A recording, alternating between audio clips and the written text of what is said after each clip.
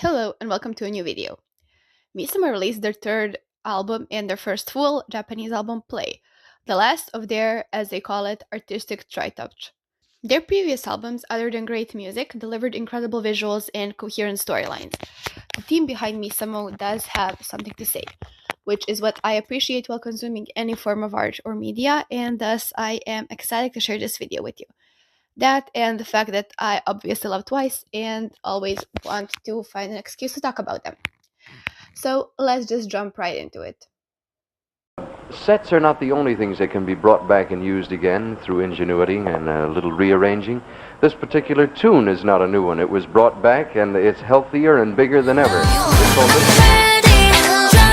Here's the storytelling. If you go onto the Twice Japan website, you can see the way that Misamo or their team interpreted the story of their growth since debut up until this full project. They describe Masterpiece, their first mini, as a work of art that is always there, the beginning and creation as something already beautiful but immovable. The translation into their second mini, Haute Couture, is framed as them finally taking action into their own hands, becoming a creator rather than a piece of art. According to the website, it is when they start shaping more into their own and implying more of a creative process behind. While the introduction they give us to Play as the closer of this uh, beginning trilogy of the protagonist of the song sings about being free and unpredictable now and forever, and that simply cheering them on, in this case the most literal translation, the person that is meant to be cheering them on is a partner, though for the teaser trailer the released comment is set. The members of Misamo who were once in the audience have now become the protagonists of the story, weaving their own unique story and crossing the boundaries between stage and reality, guiding the story to completion.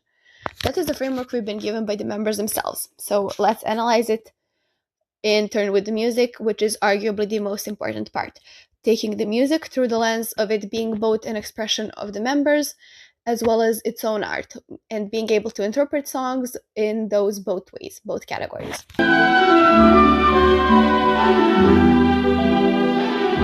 Ready is the title track and the opening song.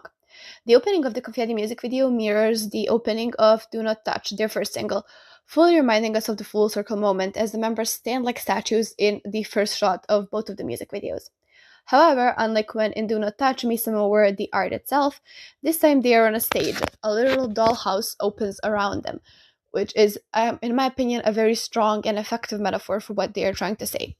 The rest of the music video has references to movies or even just general movie tropes and cliches, while the members, in this case the protagonists, shift between stages and scenes. The music video concludes with them ripping the script up to confetti, quite literally, setting themselves free. And I think the music video delivers surprisingly incredible visual storytelling, as the lyrics basically say exactly what I've described. You don't need to know Japanese to understand the message they are sending to you, which makes me think it's something that was crucial to them, considering they put their music video budget on it. The protagonist of the song sings about being free and unpredictable now and forever, and that simply cheering them on, in this case the most literal translation, the person that is meant to be cheering them on is a partner, though as in most Twice songs it does not need to hold to that narration to keep the point, should be enough. The protagonist claims that they should not act according to a script written for them and wish to be able to exist without expectation or a mold to fit on.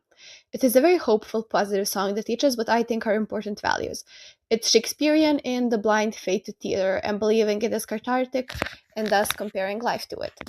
Vocally, it is a very stable, though very cheerful song, while the instrumental kind of reminds me of circus background music in a way, with the occasional trumpets. It is around 3 minutes and center length of a single by now, and I would describe it as very fun. It's a very classic J-pop song, which is, if you know what to expect and enjoy that kind of style, is something I feel like you will enjoy consuming. If you're asking why I said just fun, when I have listed all of these positives as to why it's a good song, I think it is a great single for the project it's representing. It is a perfect representation, intriguing us further into the project, and the music video is, in my opinion here, a necessary accompanying piece, while a great single would not need said accompanying. Yes, Confetti does get the point across on its own, but it, as a standalone, only fits into the alright category. Feel Welcome and bienvenue. Welcome.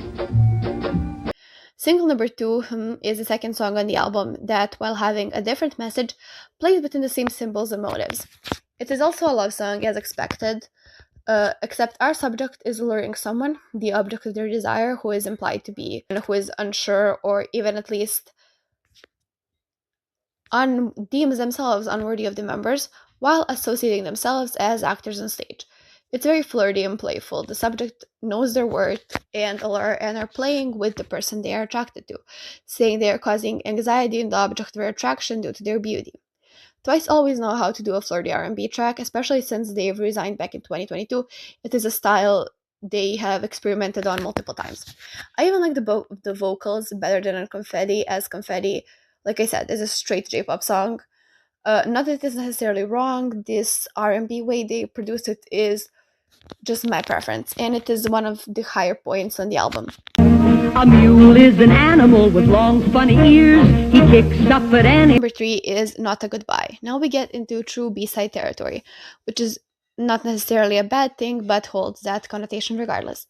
Not a Goodbye is a cute bedroom pop song about making sure to see the object of one's attraction again.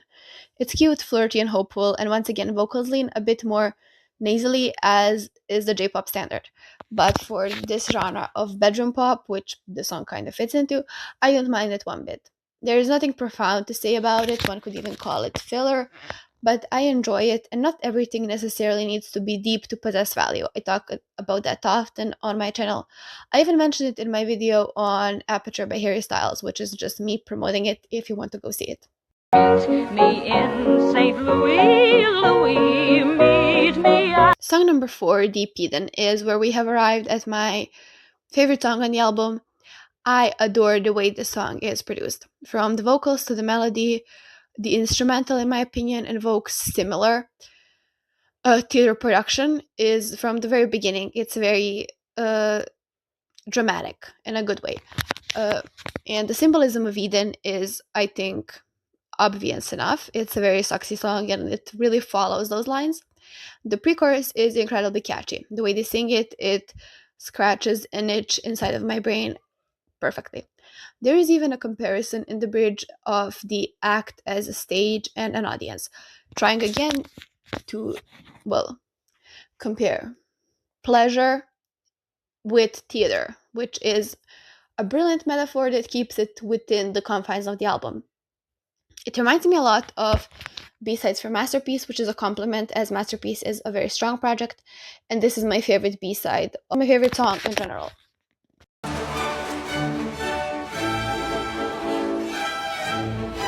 Song number 5, Red Diamond.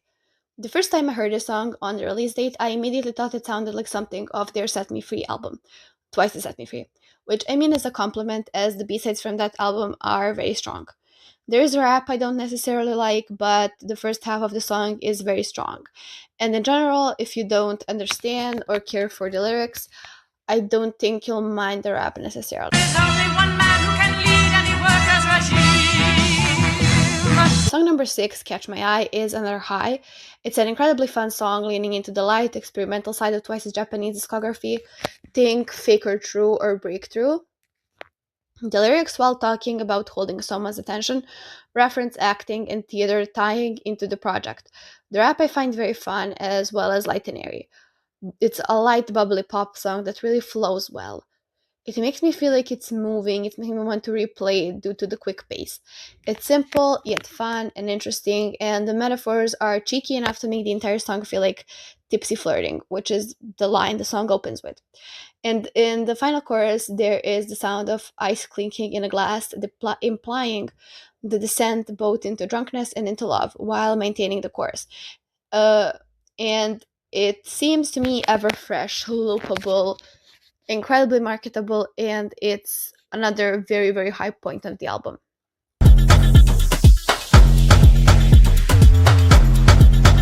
7, 8, and 9 are solos, which I will do respectively. First, I will talk about Momo's solo, which is Kitty. Kitty follows the now established pattern of Momo solos being confident pop songs with a strong beat and kind of rappy construction.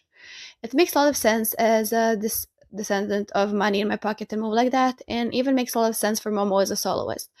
though I don't think it fits the project very well. Which is fine, I do still consider it a good song, but it is a very jarring transition if you're listening to the album in order, due to the fact that until this song, all the songs more or less fit the themes and the framework that the album set up. You will enjoy it if you like Momo's other songs. And quality and lyrics wise, maybe even vocals wise, I do think Kitty might be the best out of all her three solo projects. It's just not something I expected for this particular album.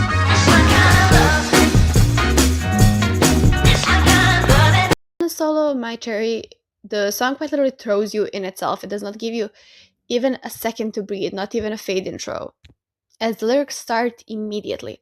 Unlike Momo, Sana quite wavers from her original sound, or the sound I perhaps most associate with her, as Macheri could be best described as a song I see Momo singing, following my previous tangent.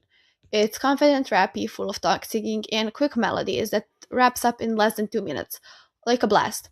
Unlike what I said for Catch My Eye, where the song is moving and I feel myself moving with it, for My Cherry, I almost feel like the song is running away from the listener and I am meant to catch it yet find myself unable to, which is not a way of mixing I personally enjoy or prefer. It does not keep me on my toes, it only evokes almost subtle anxiety. The lyrics, however, are empowering. They're flirty, fun, uh, very cheeky, but also they don't fall into the cutesy old twice category, but something new and fresh for them. The main flaws, in my opinion, are the pacing and length, though it does say what it wishes to in the almost 2 minutes. I think it's complete. But it still could have benefited from either slowing the entire song down just by a smidge or with an ending verse that crashes even faster so that the song makes a full circle back into the sudden beginning. It could have been a way to keep the pace if it was deemed necessary.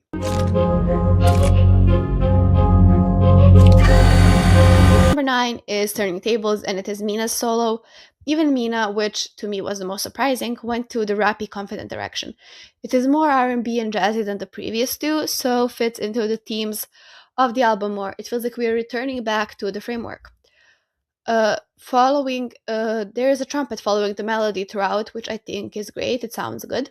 The lyrics are simple, and it is confident in the way that suggests someone being proud of their worth in something or the other that's not looks or flirting, which is a change I enjoy immensely. As much as I like what some call bad bitch songs, I do think it is important to be confident in general and also imply that messaging.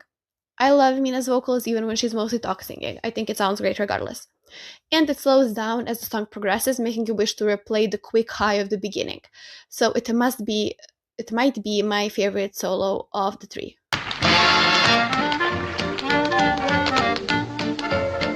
The last three songs, 10, 11, and 12, are all from previous album. It's Identity, Do Not Touch, and Message, Message was originally released as a single, while Do Not Touch and Identity are, well, singles from the previous two. I understand why Do Not Touch and Identity were added in order to kind of wrap up the trilogy, while Message, I think it was added to be an ending ballad and because it was not conjoined with any other project.